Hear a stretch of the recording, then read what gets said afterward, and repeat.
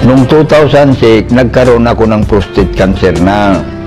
Ngayon, nung paulit-ulit na dinalagyan ako ng catheter na hindi ako makaihi. Inopera ako doon sa FEO noong May 22, 2009.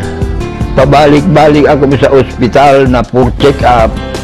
Tuwing dalawang check-up ng isang linggo, wala rin akong walang pagbabago, lalong sumasakit.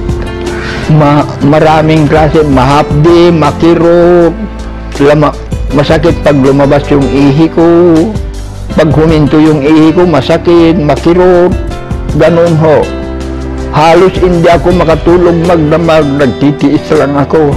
Lagi akong nakahiga, maski na nung pumunta sila nung dito, hindi ako makatagal ng mga 10 minutes na nakaupo ng ganito. Saka yung pagpunta ko sa FEO, pag pumunta ako, gagastos ako ng 5,000 pinpunta ako. Dalawang beses ako pumunta sa loob sa linggo. Kaya ngayon, naghihirap na ako, wala na akong pambili ng gamot ko. Marami akong pinagdanan, ECG, ultrasound,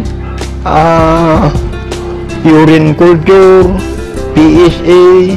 Nung kinukulit ako yung pamangkin ko na mag-take daw ako ng gamot na ito, hindi ko pinapansin. Pero nung talagang mahirapan na ako, sinubukan ko na pumayag ako.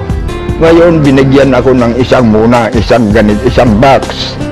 Katapos, nung naubos ko yung isang box, medyo gumaang yung pakiramdam ko. Kaya inulit ko na naman, nagpabili naman ako ng isa. Ito, C247, ito ang nagpagaang sa katawan ko, yung sakit ng nararamdaman ko na hapdi, kirot. Dahil po dito ay nakakalakad na ako, nakakapunta na ako yan, nakapapasya-pasya ako dito sa lubang bahay ko. Walang paldos siguro ito kasi naranasan ko na ito. Kaya may papayo ko, yung may sakit, subukan nila. Walang mawawala.